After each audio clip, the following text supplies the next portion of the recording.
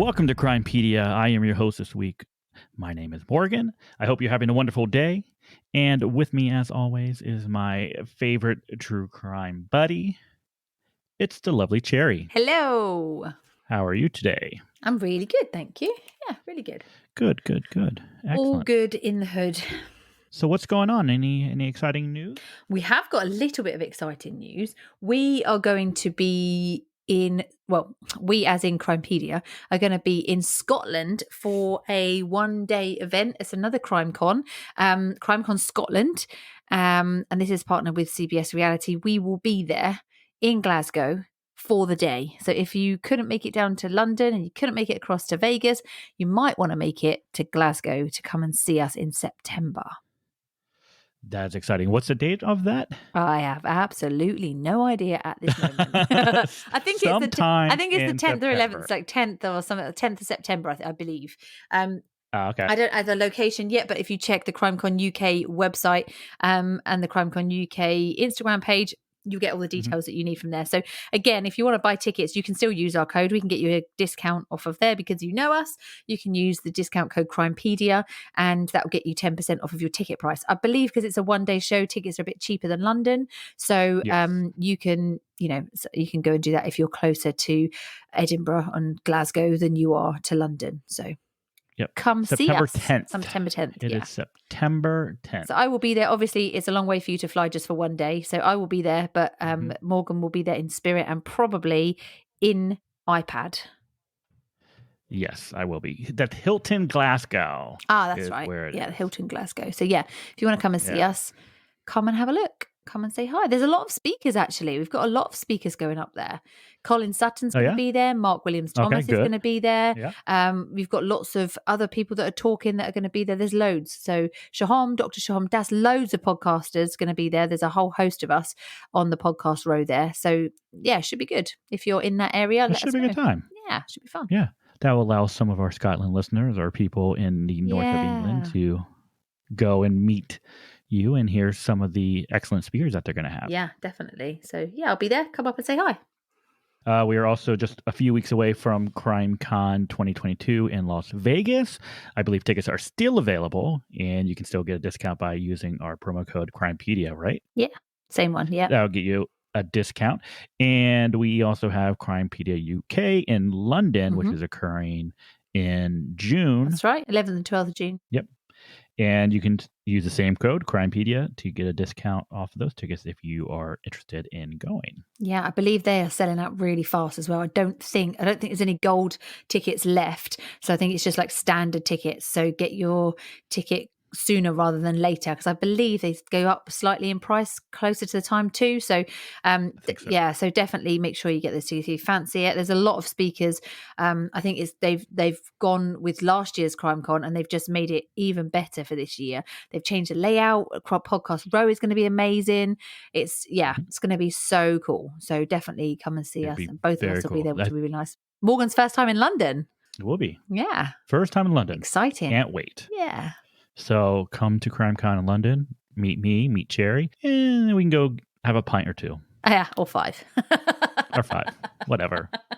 Come and see us at the podcast party where we'll be dancing like dads. It'll be fun. Yes. It'll be wonderful. Excellent. All right, Cherry, anything else before we get on to this week's case? No, I think that's all the news I have at the minute. Thank you. All right, so let's jump into our case. How does one just simply vanish? Barbara Bolick wanted to share the view of one of her favorite places with a family friend.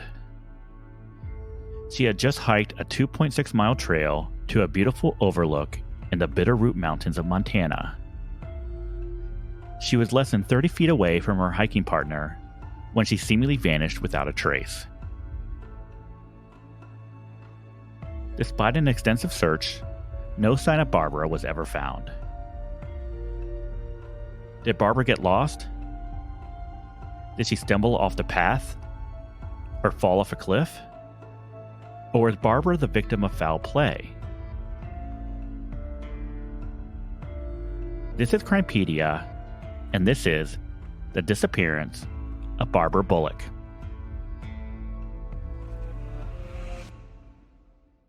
All right, Cherry. On the morning of Wednesday, July 18th, 2007, 55-year-old Barbara Bolick set off to take a family friend to see one of her favorite places. Barbara was a physically fit woman who ran nearly every day and enjoyed hiking through the Bitterroot Valley of southwest Montana. After moving from New Jersey to Montana with her husband Carl, Barbara fell in love with the valley as soon as she set eyes on it. It was the place that she wanted to be, and the two would soon find themselves settling into a home in the town of Corvallis in 2001. It would not take long for Barbara to find her favorite place, the peak of the Bear Creek Overlook, located near the town of Victor, roughly 10 miles to the northwest of Corvallis. As an experienced hiker, the Bear Creek Trail was one that Barbara was very comfortable with. At just under 4.5 miles, it's considered a moderately challenging out and back route that takes an average of 2 hours and 36 minutes to complete. There was no reason for anyone to believe that Barbara would never return from this morning hike. Oh, no. Okay. Now, the week of July 15th, 2007, Barbara and Carl were hosting Carl's cousin, Donna Biles, who was visiting from California, and her 58-year-old boyfriend, Jim Ramaker, at their home. On the night of Tuesday, July 17th, Barbara offered to take both Donna and Jim to the Bear Creek Overlook the following day, to which they agreed. However, the following morning, Donna was feeling under the weather due to the previous evening's libations and decided not to go on this hike. Mm-hmm. However, Jim was feeling fine and was still interested in taking in the scenery. Sometime between 8:30 and 9 a.m., Barbara woke up Carl to let him know that her and Jim were leaving for the overlook. Before leaving, Barbara would pack a black backpack with all the supplies they would need, including her .357 Magnum handgun. Oh, why was she? Oh, is that normal? It was normal for her, yes. Oh, okay. So she normally does have a gun when she's out hiking. That's correct. Okay. So, Carl used to go on hikes with her, but he had suffered a heart attack. Oh, wow. And after the heart attack, he just was not in the physical shape to do the hike, all the hiking that she wanted to do. So, he stopped going. And so, since a lot of times she's going out hiking alone, yeah, that's a bit crazy. It was protection for her, mostly from wild animals, bears. Yeah. So this area, there's lots of bears, there's moose, there's cougars. So a lot of animals that if they see you and if they're motivated enough, they're gonna be mad. Attack. Yeah. Okay. Mm-hmm. And moose are huge. Absolutely massive. I didn't realize how big a moose actually is, having never seen one in real life. And I recently saw one that had its head mounted on somebody's wall, and it is like absolutely humongous. I didn't realize they were that big. They're humongous, and they are fast. Are they? So fast. Right. Okay. Yes. So you're not going to outrun that bad boy. No, you look at them like, they're lumbering. No, they are fast. Right. Yeah. So a gun is probably a good idea in that sort of situation. Yeah, now they would always joke with each other because Barbara would pack it into her backpack. So Carl would say stuff like, he's like, yeah, if a bear is attacking you, you're not going to have time to pull that gun get out. your backpack open. So I think it was a lot. I don't think Barbara ever planned on using it to use it. And so it was just there as, just in case. Just in case. Yeah, it's a peace of mind, right? You feel a little bit safer knowing that you can protect you do yourself. have it if you need it. Yeah. Okay. Now, Carl figured that the two would be gone for a few hours and return by early afternoon. Now, around 1:30 p.m., Donna started to get worried that the pair weren't back yet, but Carl would reassure her that there was nothing to worry about. Now, roughly an hour later, with the two still not back, Donna told Carl that he needed to call someone, but before he was able to pick up the phone, it rang. Oh. On the line was a Forest Service law enforcement officer who asked Carl if his wife's name was Barbara. Oh, no. The officer would tell Carl that Barbara had been reported missing. He would tell the officer that he would meet her at the trailhead and would quickly head to his car. Earlier that morning, Barbara and Jim found that the road to the trailhead was blocked about a mile down the road for culvert repairs, which was being done by the Forest Service. When the working crew arrived, they found two vehicles parked at the road closure sign, one being Jim's rental car and the other being a light-colored, older-modeled SUV, possibly a Chevrolet Blazer, with Missoula County license plates. Oh, obviously, that's not her vehicle. That is not her vehicle. No, it's not her vehicle. No. Okay. Correct. Now, as the crew was working on the culvert, two men in their early 20s walked through the work site. They're described as being well-tanned, average fit guys. The two would stop and talk with the crew for a little bit while their black mixed breed dog played in a nearby creek. After a few minutes, the two would continue on their way to the light-colored SUV and drove away. Okay, so they engage with people. They actually engage with them. It's not like they like sneakily walked by. Okay. That's correct. Okay. Yeah, that's correct. Now, between 45 minutes and an hour later, Jim walked into the worksite and asked if anyone had seen Barbara. After checking his rental for Barbara, Jim walked back up the trail again to look for her. He would then return an hour and a half later and told the work crew that he couldn't find Barbara and needed help. Oh, no. Now, Jim would later tell investigators that he and Barbara had made it to the overlook and had a snack. They saw the two men, and Barbara had a brief conversation with them. Jim and Barbara would spend about 30 to 40 minutes enjoying the views from the overlook before deciding to head back down. Now, Barbara was only 20 to 30 feet away from Jim when he decided to take one last look at the scenery. Now, he said that he only looked away for about 45 seconds, maybe a minute, and when he looked back, Barbara was gone. Jim believed that all of this occurred sometime between 11:30 a.m. and 1 p.m. Now, I just want to say that Jim's recollection of events just prior to Barbara's disappearance does have some issues with it. Right. Now, first, the Bear Creek overlook at the summit of the trail is not heavily forested. While there are some conifer trees, at an elevation of almost 7,200 feet, the overlook actually approaches the natural tree line of the Bitterroot Mountains. So it's actually really difficult to believe that Barbara would have gotten lost in such a short amount of time. Yeah, in 45 seconds to a minute. Jim to look away. Yeah. Mm-hmm. Now, I sent you a few photos of the area just so you have a general idea of what it's like up there. Yeah. And like I said, there are some trees, but it's not like really, you can see really through them, open. can't you? It's not like it's the sort of like you could see if somebody's like wandering off. It's not like it's really, really deep, like dense. That's correct. Yep. Now, the second thing is that the summit of the trail is made mostly of soft, rocky soil and loose shale rock, which would make walking away without someone hearing you very difficult. I was going to ask you, like, what's the terrain like? Because in the first picture that you sent me, which is is that a picture of like Jim near the overhang bit? No, that's not Jim. That's just a random random guy. picture. But so that's the area. That's correct. So looking at that, if you like zoom in on that, which is what I did, it's like loose. It looks like loose rock. So it looks like if you were to say skid down that, you would see the skid behind you. It's kind of like loose stones and stuff and gravel. Correct. So yeah, I would say that that's quite difficult to walk on without somebody hearing you walking. Yeah. Walking on it. Yeah, and so this overlook too, it's cliffs. So once you get to the overlook, it's really steep cliffs. Yeah. But the problem is, like, if let's say that she had fallen off the cliffs, you would have heard her falling or screaming. Yeah, definitely. Right? Definitely. But he reported that he didn't hear any screaming. He didn't hear, any sounds of rocks falling or anything like that. Really? Yeah. This might be a bit of a like forward question. So if we want to talk about this a bit later, then we can. What's the relationship between him and her? I don't think they really knew each other. So it wasn't like they were having like a relationship. No. Like behind the husband's back. No. Okay. No. Right. Okay. So I believe this is the first time that they had met. So he, of course, was Donna Biles' boyfriend at the time, who was the cousin of Carl. Yeah. And I believe this was the first time they met. So they were acquaintances at best. So he's known to the family though, because he's obviously Donna's boyfriend. So he's known in the family. He's not just like a total stranger they've just picked up somewhere. That's correct. Okay. Yes, right, that's okay. correct. And there's nothing going on between those two. It's not like they've had or could he have tried something on with her and she's reacted badly to it?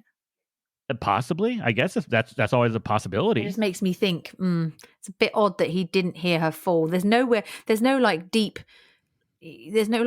rivets she could have fallen into without making a sound, So that just makes you think a bit no, like, there wouldn't have been. She can't like walk off the wrong way and he wouldn't have seen her.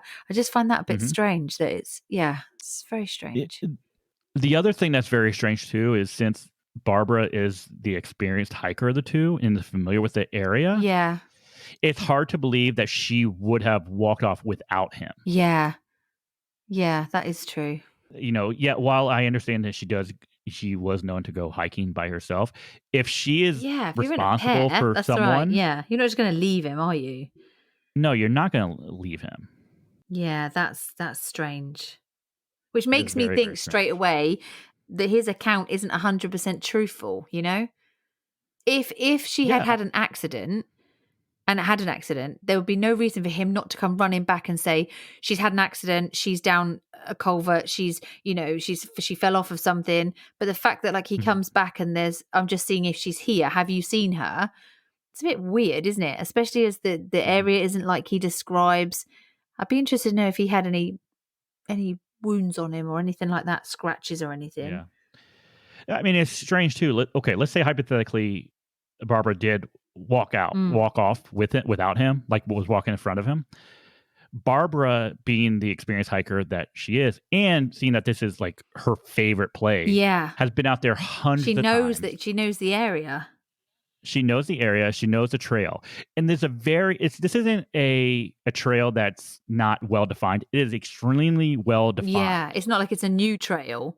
Exactly. So you can actually, if you go and actually watch like videos of people taking the trail is very defined. Even going through the wooded area, it's very well defined. It's not like so going to go off, very difficult. Yeah, off trail. And he didn't say anything about her being in any, acting strange, being in another state, a different state of mind.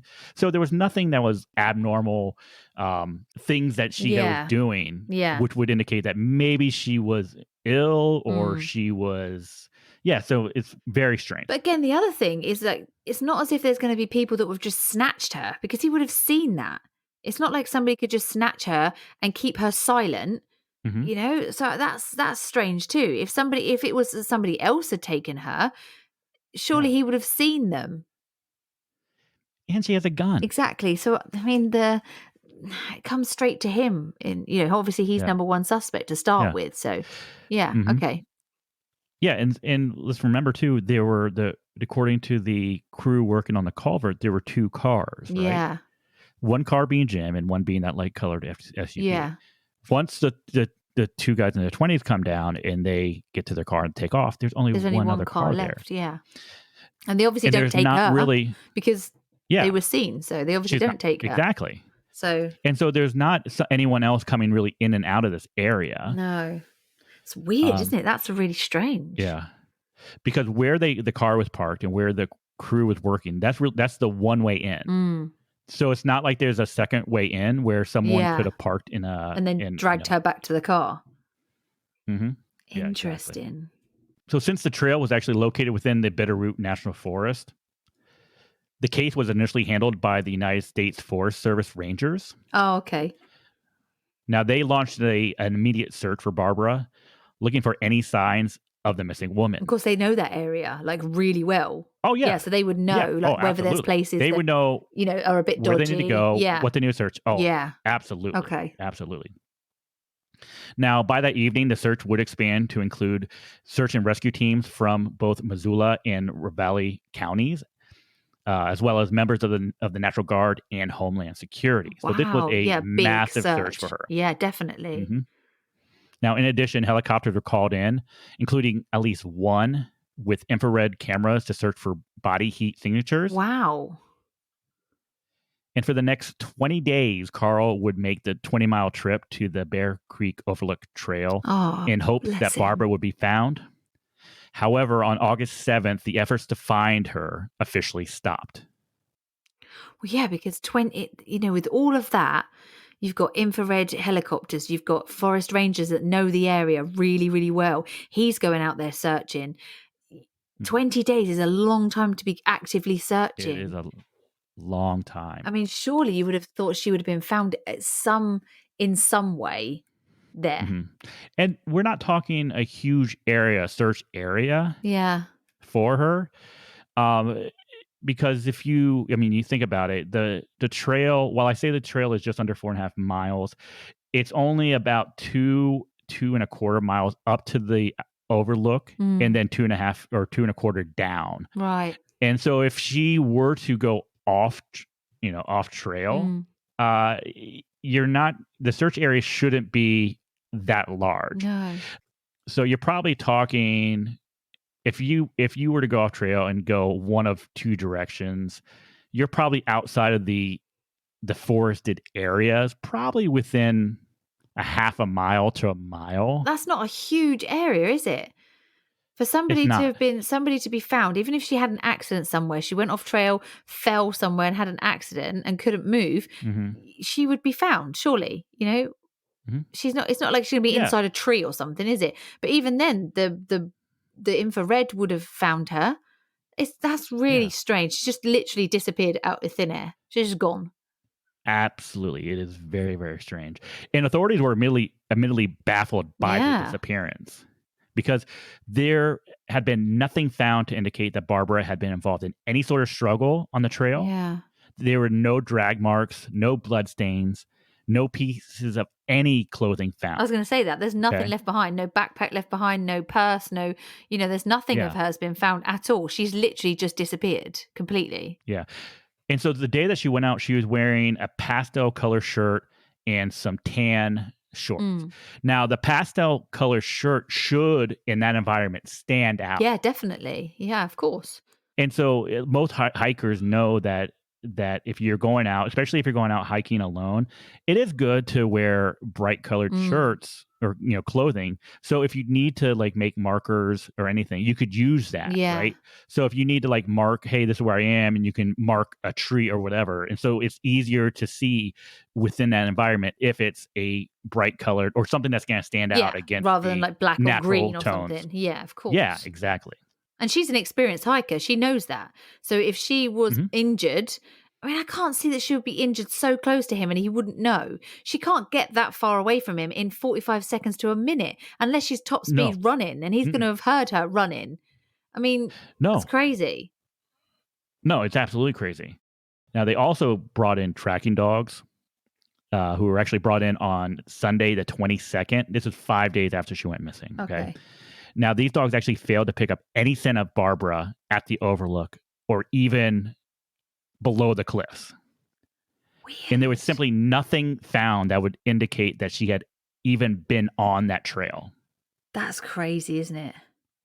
It is. It's like someone's just picked her up, like literally just grabbed her up and taken her up high. There's nothing down on the ground that suggests that she was going anywhere. Not even scent dogs could find her. There's nothing that indicates that she was even on the trail at all. That's weird. Now, I understand it was 5 days between her disappearance and when they brought in the dogs. But still. But you would think that they would been able to pick up some sort of scent somewhere. So even if, like, let's say hypothetically she fell off the cliffs, which I don't think is possible. I don't. Not without him hearing her. Happened. Not without him hearing her within that short time frame. The dog should have picked up something below the overlook if that was actually the case. Now, the other thing about Barbara that Carl had told authorities was she was actually terrified of heights. Oh. And would go nowhere near the cliff's edge. So there's nothing to even think that she would have even put herself in a position where she could have just fallen off the cliff. Yeah. Could she have slipped and possibly she could have slipped and just like kind of. But he would have heard her. Surely he would have heard her. You would have. Yeah. So if that had happened and she had an accident, you should be caught. I mean, unless she was knocked unconscious straight away, like literally straight away, to not be able to make any sounds at all. But I mean, as soon as she started slipping, I'm sure she would have gone, before she hit her head on the floor. And you should have heard and you'd rocks tumbling down and then with you'd her. hear the movement of the ground underneath her. And surely that would make him then turn around. Yeah. Because I was just thinking, what if she was playing a joke on him and like hiding behind a tree or something, and then something happened to her? But then they would have found her. If something had happened to her, she would just be lay where she was. They would have found her there. Or nearby. They would have found her. So that's not an option either. It's really weird. Now, throughout the search and investigation, Law enforcement officials stated that they had no reason to believe that foul play had been involved. Since Jim Raymaker was the last person to see Barbara, he immediately fell under suspicion. Of course. Now, he would fully cooperate with the investigation and would actually volunteer to take a polygraph test to confirm his account of what had happened that day. Okay. However, the sheriff's office actually did not take him up on that, and he was never polygraphed. Oh. From the interviews that they conducted with Jim, investigators were confident that he had nothing to do with Barbara's disappearance. Now, of course, Carl would also be questioned too about his whereabouts and activities on the morning of the disappearance. But investigators would quickly determine that Carl did not exhibit the behavior of a man who knew more about the disappearance than what he had told them. With that, and with the lack of any real leads, investigators would become particularly interested in speaking with the two young men who had been seen on the trail the day Barbara went missing. Now, they would stress that the men were not considered suspects in her disappearance, that they were only potential witnesses, and detectives wanted to talk to them about what they might have seen that day. They would be the only persons besides Jim Raymaker who could verify that Barbara had actually been on the trail when she went missing. Oh, that's a point. That is a point. What if she didn't even make it to the trail? Yeah, exactly. That is a point. So she didn't actually even make it there in the first place. Because there's not, like I said, there's nothing to indicate that she was ever there. Yeah. God, that was a little light bulb moment for me then. I was a bit like, whoa, hang on. That's true. We're just assuming the fact that he took her to the forest and went for a walk. Yeah. So do those, because right now, there's no one. No. There's no one that could say that Barbara was ever there. Except for those two guys. Yeah. And Jim. Yeah. Jim and the two guys in the 20s are the only people that would be able to say, yeah, we saw a woman there. Yeah. We talked to her. Yeah. And that was it. And those guys didn't see her walking in with Jim either, did they? The guys Not that that were working well, we don't know. there. No, the working guys. the guys, the workers? Yeah, the workers. No. So they didn't see her and him arrive in the car and go walking together. Exactly, because when they arrived, the cars were already there. So they can't verify that they drove in together either. So he could have just completely driven on his own. Then the workers turn up and he comes back and thinks, hang on a minute. Oh, have you seen my friend? You know, like people walk around, bad people walk around with dog leads. Have you seen my dog when they haven't even got a dog? Interesting. Yeah. Now, the other thing that's interesting too, let's go back to the timeline. So the two went through the work site. And then it wouldn't be until like another 45 minutes to an hour when Jim came out. Now, Jim said that Barbara had spoken to them in the Overlook, right? Right. So how come it took him so long to get back then? Yeah. Jim. Oh, okay. It's suspicious. Very. Right? It's strange. No, very. It doesn't add up. It doesn't. No. Is it possible that he walked extremely slow going down the trail? I guess, but not at 45 minutes to an hour. No, exactly. So what the hell was he doing? Who knows? Now, both Jim and several of the construction workers were able to provide police with descriptions of the two men, and these descriptions were released to the public. Like I said, both the men had been in their early 20s. One had dark hair with dark skin, while the other had light skin with reddish hair. Both of the men had athletic builds, and they had carrying been a shovel. Hiking, carrying a shovel, yeah. And they had been hiking with a mixed breed dog that was black with white markings. So very distinctive. I was going to say, and then especially with the car. You would know, wouldn't you? Right? If that was your friends, you would know that they drove that car, had that dog, looked like that. So that's something that would be quite easily traced. Yeah. So do you know guys that would go to hiking? Okay, yeah. Yeah. Do you know guys that were driving a light-colored SUV that was an older model, possibly a Chevrolet Blazer? Okay, yeah. Yeah, that's right. Do you know two guys or a guy or two guys that have a mixed breed dog with white markings who drive a light-colored SUV? Yes. Who also go hiking? Exactly. Yes? Oh, okay, sure, I do. Quite easy to pin down out of your friends. It's quite easy to distinguish who they are. Okay. Now, despite the detailed descriptions of these men, and despite the fact that these descriptions were published in local newspapers, no one ever came forward to identify the men. I wonder if they were on holiday or something. Not from the area. You remember the SUV they had Oh, of license course it. plates. Yeah. That was Missoula County, Missouri Oh, license okay. plates, Yeah. which would seem to indicate that they would be local. You Local. would think that they would be local if they were Yeah. driving that SUV with those plates. Missoula County plates. Yeah. Yeah, Interesting. it is. Now, in September 2007, the family of Barbara Bolick announced that they were offering a $10,000 reward for information leading to the identification of the two men. But once again, no information was received that led investigators to them. That's so weird. It is very weird. So let's go back to the car, right? So you're like, okay, maybe they got Missoula plates. Maybe they're renting it. I'm sure the police would have checked that too. But how many rental places are renting out older Old cars. SUVs? And if they had You don't borrowed see one from that. somebody who lived locally, if they weren't local, but they borrowed it from somebody who lived locally, then surely that person would have seen the fact that their car was there and they're describing their car and the guys that were with them on holiday or something and the dog. So that doesn't, I'm sure somebody would have come forward had they have known about that. It's very, very strange. Mm. It is very strange. It's really so weird. It's like, so we know that they were there, right? Yeah. So the work crew stated that they were there, but it's strange that no one has come forward with any information that could identify them. It is strange. That's really strange. It's very distinctive. It's very distinctive, right? Yeah, that's really odd. So I guess we get to the point where it's like, what actually happened to Barbara? Yeah. Right? When you look at the possibilities, what could have happened to Barbara? One, she didn't make it there at all. Two, she made it there and slipped and fell somewhere, but wasn't found. Mm-hmm. 3, Jim did something to her. 4, these two guys did something to her. Yeah. Well, the only one that makes any sense to me out of those 4 options is that she didn't make it there in the first place. Yeah. Because nobody has actually seen her other than these 2 guys. But those 2 guys might not have even have seen Jim. Yeah, that's very true. Strange, isn't it? I'd like to know a bit more about Jim. Like, what kind of guy is he? What do his friends say about him?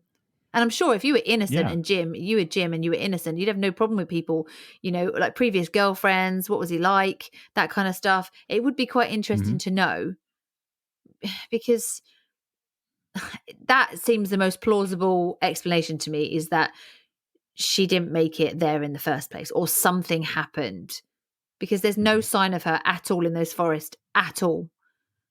They've looked and looked and looked. They've combed it. They've had air support. They've had dogs out there. What more can you do?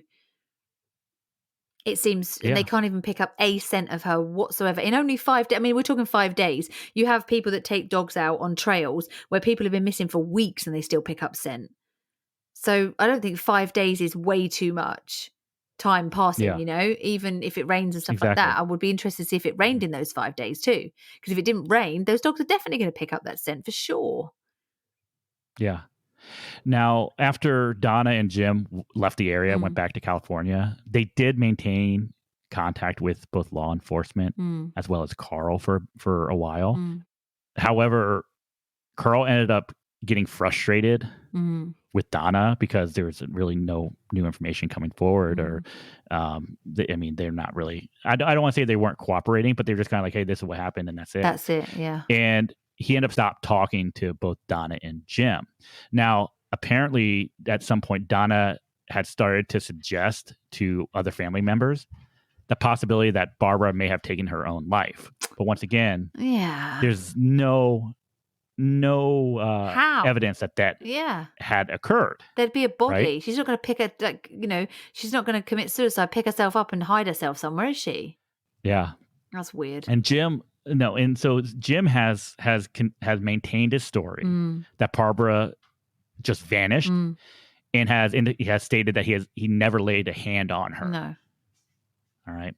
Now, some other people have suggested, okay, maybe she had taken this opportunity to run off and start a new life.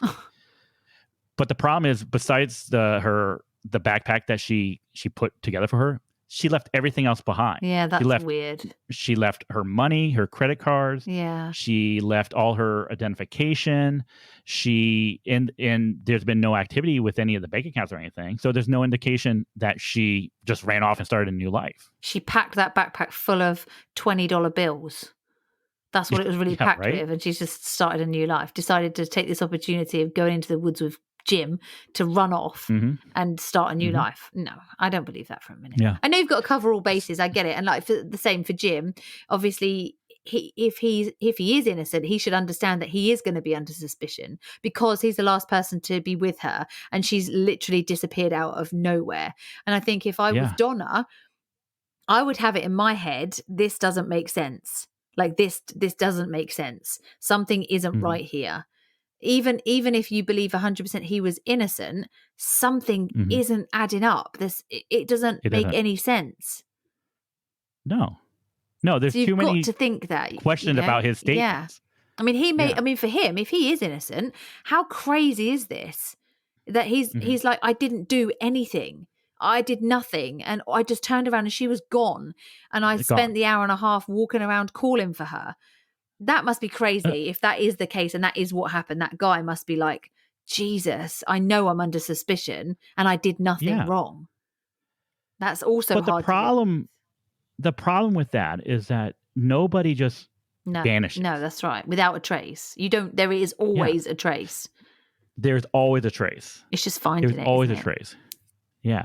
I'd like to know if there's I suppose there's no ANPR or anything like that around that could confirm the journey that the car took from start to finish either, is there? Because they won't be out on that. It's weird, isn't it? Because it'd be interesting to know, did they go straight there? Yeah, it would be. And you know what? I would be interested too to find out what time the work crew actually arrived. Yes. Yeah. Right? So if we can imagine that, okay, here, let's put it this way. So around 2:30 is when Carl received the phone call. Okay. So let's say that sometime between 2 and 2:30 is when Jim returned from his second supposed trip to the trail.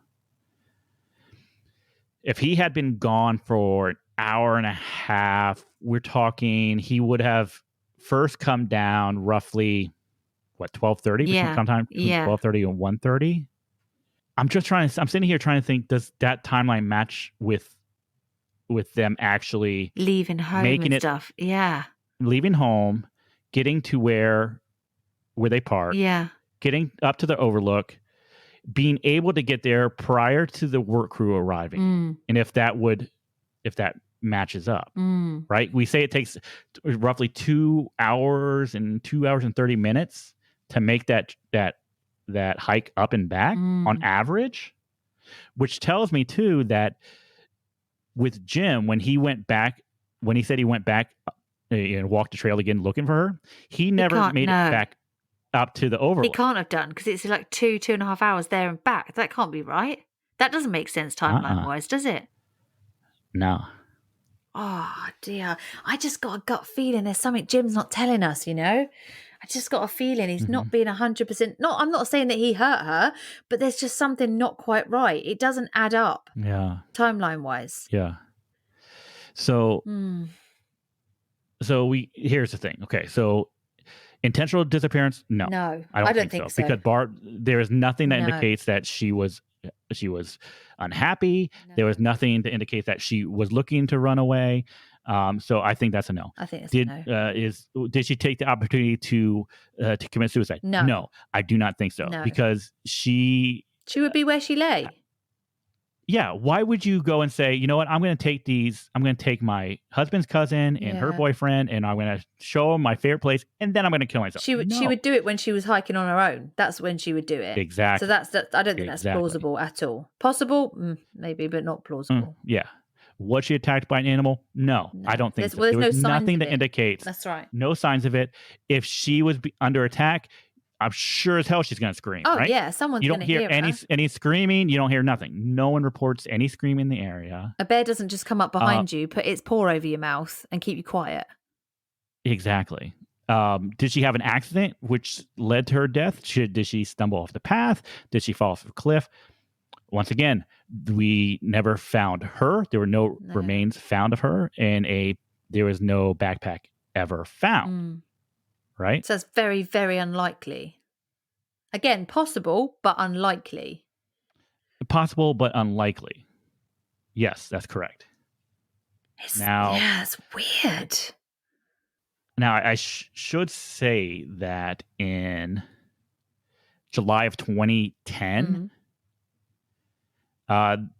there were skeletal remains that were found at the north flank of the St. Mary's Peak above the city of Stevensville. Okay. So this is just about 10 miles or so north of where Barbara would have vanished. So we're talking 10 miles. Yeah. Now, they discovered a partial skull along with some articles of clothing. Now, these clothes were the sole of a boot and then a tag from a pair of jeans. Right. Okay. And she was wearing shorts, wasn't she? Exactly. Yeah. So there's nothing that would have indicated that this would have been her, but it's just interesting that these were discovered. And to my knowledge, they have never been identified. And also, 10 miles, even if she was dazed and confused, I'm sure she'd find someone within 10 miles. You know? I don't think that's her. No, I don't either. So, I mean, it's interesting. Really right? interesting. Because, like you say, people don't just disappear out with no trace whatsoever. No. I mean, and look, Jim could be completely innocent in this. He could, yeah. Right? It's very possible he's completely innocent in it. But everything just kind of indicates like, okay, he knows more than what he's letting on to. And there's just questions that are still out there that are like that need to be answered. I agree with you. He could be totally innocent in all of this. The thing that points towards it not being right is that the timeline doesn't add up. What he's saying doesn't really make a lot of sense. So I can see if he's innocent, things just don't. I just got a feeling about that. I don't think he knows. I think I don't know. I don't know even to suggest what could have happened to her. We know by looking at all the 4 things that could have happened, and you can just tick them off one by one. And the only one that I think has got any plausible explanation is that he knows more. Yeah. So. No, yeah, you're absolutely right.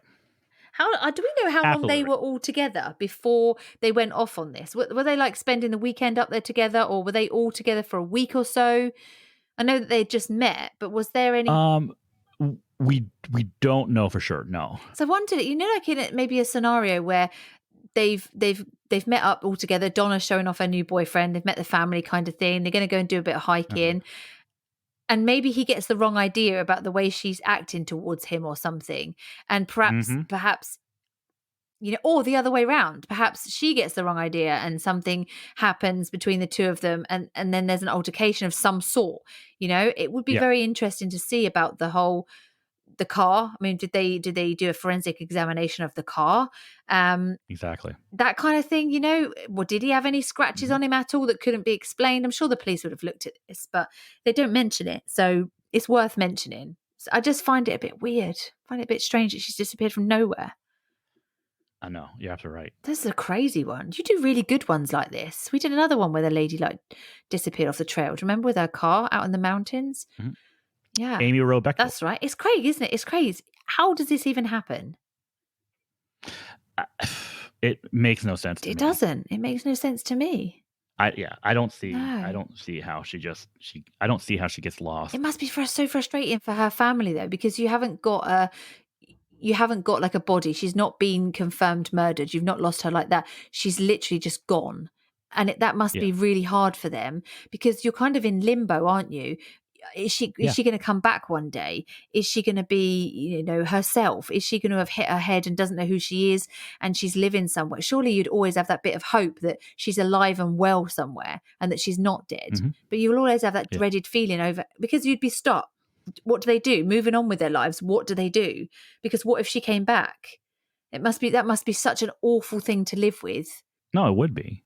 For Carl, I really, really hope that one day they can figure out who those two guys were. Yeah, Right? at least. Yeah, that would be good. At least, and so they can at least go and say, "Yeah, Barbara, We did we see did see her. her that Yeah. day." And that would Yeah. be a great, massive piece of the puzzle, like ticked off, wouldn't it?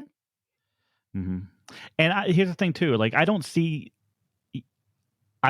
these two guys being involved because once again, No, I don't think they wouldn't Jim are. say, "Yeah, she walked off, and then I heard screaming, That's and then I couldn't find exactly. her." If he had nothing to do with it, and that's what he said, yeah, I turned around, hmm I heard a commotion, and then she's just gone, then you could understand it.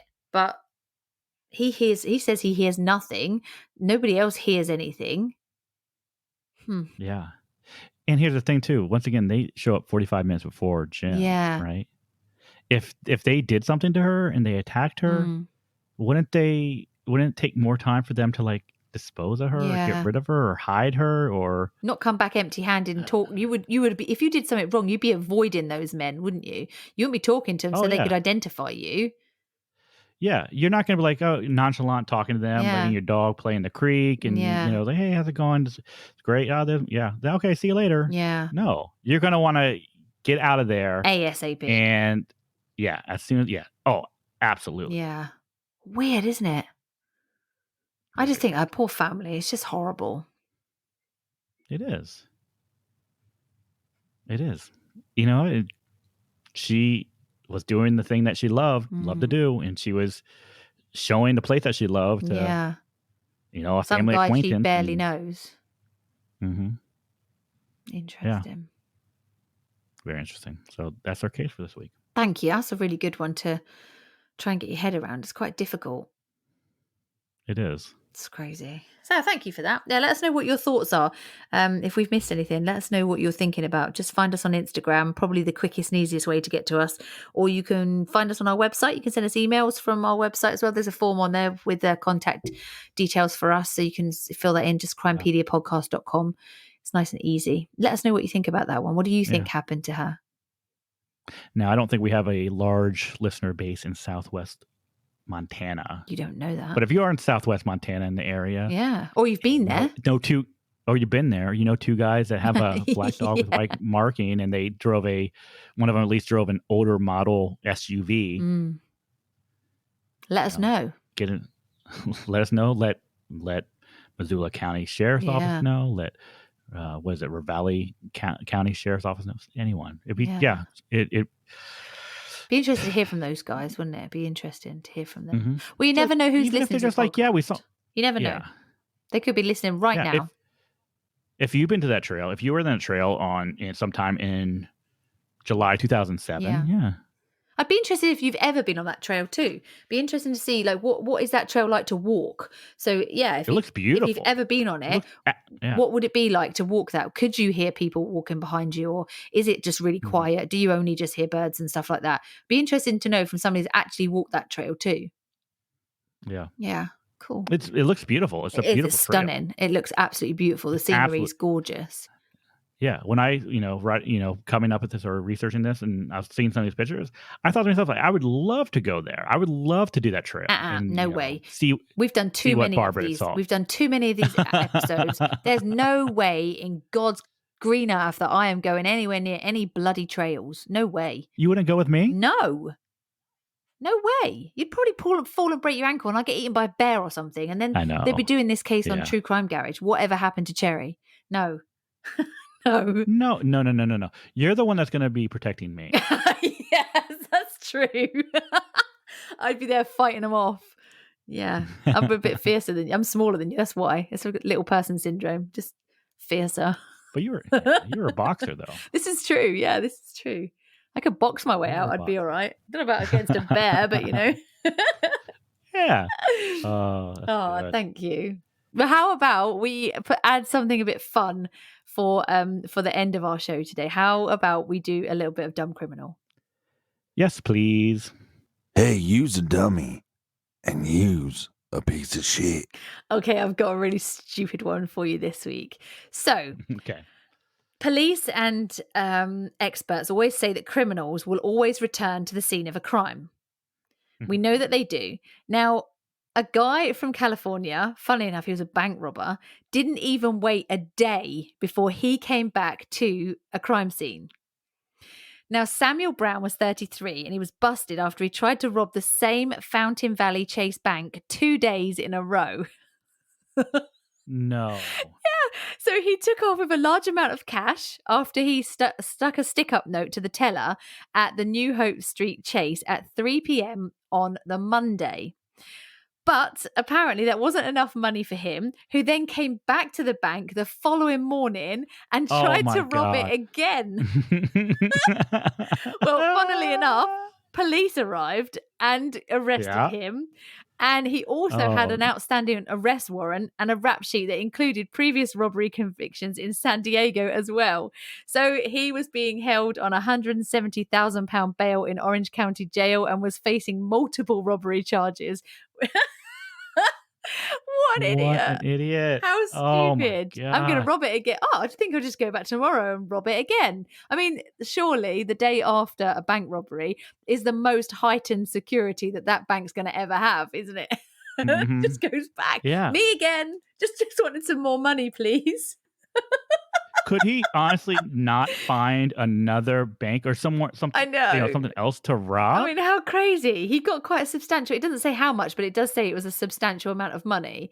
So he already got away with a substantial amount of money. Why would you go back to the same place the next day? Why would you even do that? What did you spend the money on? If it's substantial, what did you blow the money off on that quickly? Yeah. Drugs. Probably. But it's like, oh my God, that's insane. Of all the things, you can do, that just one of them you just wouldn't do. So that is this week's Dumb Criminal. What if he forgot he robbed it? Maybe. He's just like, this looks like a good place to rob. What if, maybe he had like a checklist of like things to do, rob this bank. And he forgot to check it off. So the next day he woke up and he was like, damn it, I got to rob the bank. What an idiot. I don't know. I love these dumb criminals. I think they're absolutely brilliant. It's hard to believe there are people that stupid in the world. They're so good. It is good. If you're listening and you know any great dumb criminal stories and you'd like to share with us. Oh, yes, please. Do so. Yeah, do it. We would love to hear them. You can message us on our Instagram. We're at Crimepedia on Instagram. Cherry, you're Cherry Crimepedia. I'm Morgan Crimepedia. You can reach us on Twitter and also Facebook, right? We're everywhere. Social media butterflies we are. Everywhere. And we'll be back next week with another case. So next week will be my case. And we'll be back then. So for now, be nice. And bye.